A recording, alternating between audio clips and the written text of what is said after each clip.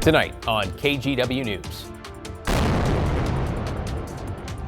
A blast that begins the demolition of a historic Portland mill comes with some unintended consequences. All of our other specimens have broken and fallen off the wall. Also tonight, a first look at one of the area's hardest hit after Hurricane Lala slams Hawaii. Oh my God, my heart sank. Then the search for robbers caught on camera taking an e-bike out from under a teenager. It's ridiculous. It's sad that they do that and actually get away with it. And later, while you might say the Oregon Ducks' new ranking just raised expectations. What a view as the iconic water tower atop Centennial Mills tumbles into what remains of the century-old shell. The first step in tearing down the building that's seen its share of challenges over the decades and was gutted by a fire just over 2 weeks ago, putting it at imminent risk of collapse. Thanks for joining us. I'm David Mulco. Tonight we're tracking concerns from some neighbors about the debris that was sent flying, including some who say they have sustained damage. Coverage begins with Alma McCarty live in the Pearl with a look at that carefully calculated explosion and the aftermath. Alma. Yeah, David, it's really no surprise that so many people showed up to watch the demolition. You know, either from here around Fields Park, which is clearly still fenced off due to all of this, or from higher up, some of the apartments and the condos that are in this area. Now, this blast, of course, filled the sky with smoke and even damaged some of the nearby units and businesses. A noisy afternoon in the Pearl. 4, 3, 2, 1. Culminating in a detonation, sending the water tower crashing into the middle of the burned out Centennial Mills building in Northwest Portland. I saw the big flash and the flames, and then the tower was gone. While dozens took video, artist Simran Gleason memorialized the blast with a paintbrush. And then all of a sudden it just blew. I was actually mixing my smoke colors while it happened, and so I only caught it like that. One thing to see it, another to be there in person. When you feel it with your entire body at once, and you're like, you know, some part of you doesn't know what's going to happen. It's that fast. Shockwaves shocking onlookers, and knocking merchandise from the walls of a crystal shop. It just combusted in here. And when that blew, everything blew on the inside here. Debris even piercing at least one window of a nearby residential building. Pictures obtained by KGW showing the damage. And they're very concerned with the beautiful buildings we have down here in the Pearl with all the glass. You know, there wasn't much we could do. You can't move either building. You have to do the detonated charges. The burnt out shell of the building still in the custody of Portland Fire and Rescue due to the ongoing fire investigation and possibility of human remains in the rubble. Moving forward, the city estimates it could take about 2 weeks to reduce the building's size to half its current height using a high-reach excavator. The condition of the structure and how it responds during demolition will ultimately determine how quickly the work can proceed.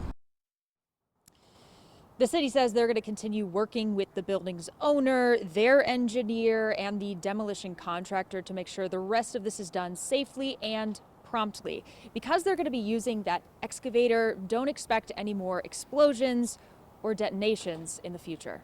David? Yeah, tonight the view of Portland's skyline once again changed forever. Thanks, Alma. Appreciate it. Meanwhile, city officials say this building is still a collapse hazard. So for now, the nearby walkways and parks and a section of NATO Parkway remain closed. Amtrak service to and from Seattle is still suspended as well. Officials say the road and presumably the rails will reopen while the building's height has been reduced enough to lower the risk. We'll keep you updated as those details come in. New at 11 and developing tonight, Portland police are investigating after 2 people were hit by a train in North Portland. This happened near the Railroad Bridge in St. John's just before 9 this evening. Firefighters saying initial reports show the 2 victims were riding a freight train and were hit while trying to jump off. One man died, the other was hurt and taken to the hospital. This tragedy has affected our community tremendously. Tonight, people in Battleground with a lot of questions are mourning the loss of a recent high school graduate shot and killed over the weekend. Another teenager, also 18, is now charged with manslaughter, telling police the shooting Saturday at Hawkinson Meadows Park was an accident. According to court documents, the suspect there, James Gill, telling deputies the victim, Trent Richardson, was handing him a gun when Gill got bumped. The gun went off and Richardson was killed. Friends remembering Richardson on and off the football field. He is a magnetic force, and his impact on and off this field were huge, and his loss is tremendously already noticed. Today, a judge granted Gill supervised release pending trial. He'll also be permitted to travel to and from King County, where he'll be attending college next month. Let's get you caught up on tonight's other headlines now, starting with an Amber Alert out for an infant who was taken Sunday morning in Vancouver. Take a look. Washington State Patrol says Raul Martinez took his 7-month-old son Marcello Martinez without permission and also assaulted the baby and another person. This is around 5 or 6 yesterday morning. At the time, the infant was wearing a blue onesie saying, "Grandmas are the best." If you think you've seen little Marcello or Raul Martinez, call 911 right away. In the Gorge, I-84 is now clear after this fiery crash. Wow, blocked traffic near Cascade Lock. State police say a vehicle headed east crossed the median around 6, ended up in oncoming traffic, and then caught fire. In this video recorded by another driver, you can see that car engulfed in flames, surrounded in smoke. Remarkably, no other vehicles were involved. Police say the driver here made a run for it and so far has not been found. And the trial for the man accused of murdering a newlywed nurse from Beaverton has been delayed again until next September. Prosecutors say Bryce Schubert killed his neighbor, 32-year-old Melissa Jubain, nearly 2 years ago. The trial has already been delayed at least twice. This time, it's because Schubert's new attorneys have a conflicting trial. Schubert has pleaded not guilty to second-degree murder and abuse of a corpse. Okay, let's switch to a live look from our Salem Sky camera, looking out at the Oregon State Capitol on this Monday after a showstopper of a sunny summer day. Chief Meteorologist Matt Safino back with us. Matt, sounds like more great days to come. Yeah, it's really going to be a good week weather-wise. We have morning clouds, but lots of sun in the afternoon. We're clear in Portland right now. It's 70 degrees, a couple of scattered high clouds, but that's about it. Just a really great day. Now look at the sunset from our camera in the Dalles on the Oregon Veterans Home. Scattered high clouds, a little bit of smoke out there.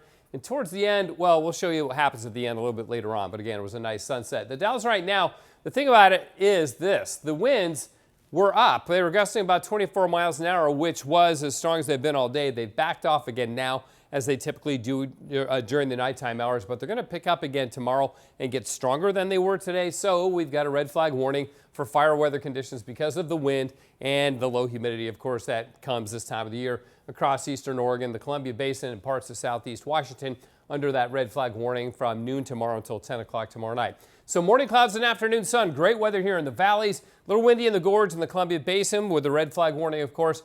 We've got the potential for thunderstorms late Friday night, early Saturday morning. More on that later, David. Always a lot to keep an eye on. Thanks, Matt. Well, caught on camera near Milwaukee, a 15-year-old on an e-bike cornered, deputies say, by a group of people now accused of stealing his bike. Catherine Cook talked with witnesses and has a closer look at the suspects. Terrifying moments for two 15-year-old boys on e-bikes. Clackamas County Sheriff's officials released this video from July 23rd. They say it shows 4 people in a car chasing down, then cornering the teens in a cul-de-sac on Southeast Fern Avenue. A neighbor recorded one of the boys screaming for help. Investigators say the incident started at Hazeltine Park, where they say the group threatened to shoot the teens unless they let them ride their e-bikes. During the chase, the teens got separated. You can see one suspect get out of the car, followed by another guy, while a third person, a female, records the robbery. Afraid of getting hurt, deputies say the teen gave up his bike, a black Sur-Ron Light BX, worth around $4,000. It's disheartening. Carrie Painter lives a few houses down. She caught the tail end of what happened.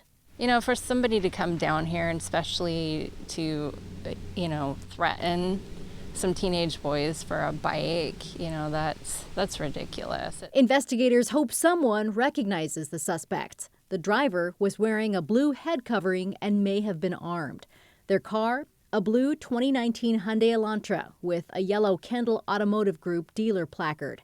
It may have had one non-working headlight. You know, you don't want stuff to happen to your kids. You want them to be out playing safely and not have to worry. It's sad that they do that and actually get away with it. Anyone who recognizes the suspects in that vehicle or knows where the e-bike is asked to call the Clackamas County Sheriff's tip line.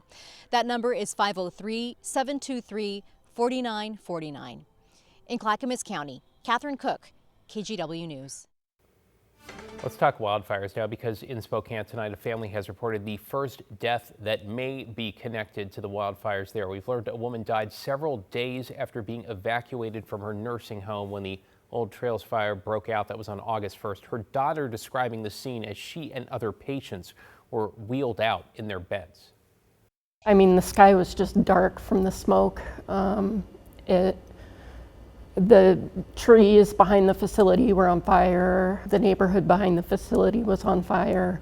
And I mean, just imagine not being in control of your body and laying in a bed just watching the world burn down around you. Kim Speedy says while her mother had been on hospice care, she was stable until the move. Then she suffered a perforated bowel and died 8 days later in the hospital. A spokesperson for the Spokane County Sheriff's Office confirming they, along with the prosecutor's office, are now investigating to see if they can add charges related to this death to Aaron Farinacci, the man who was arrested for starting that fire. Let's hop over to Oregon now, starting with the Grasshopper fire that's still burning southeast of Mount Hood. Though crews have reached 47% containment on the fire. Great news. Hats off to all the crews that are working there. It's burned about 90,000 acres. That's about the size of the city of Portland. Keep in mind, there are still level 3 evacuation orders in place. Dufur is under a level 2, as is Mount Hood Meadows. Crews taking advantage of the weather, securing existing lines before high fire danger arrives once again. Okay, in Central Oregon, officials say firefighters have turned the corner. Yes, on one of the state's largest blazes. This is the Roe Creek complex. It is now contained with no forward progress being reported along the perimeter after burning more than 373,000 acres. And with conditions improving there, some teams have started heading home. Well deserved. A reminder of how you can help the people impacted by wildfires, how we can all do our part if we have the means. It's through our Northwest Response Fund. It goes directly to the Red Cross. Scan that QR code, donate at any local U.S. bank branch, instead in person if you'd rather. To those of you who've already contributed this, a big, heartfelt thank you.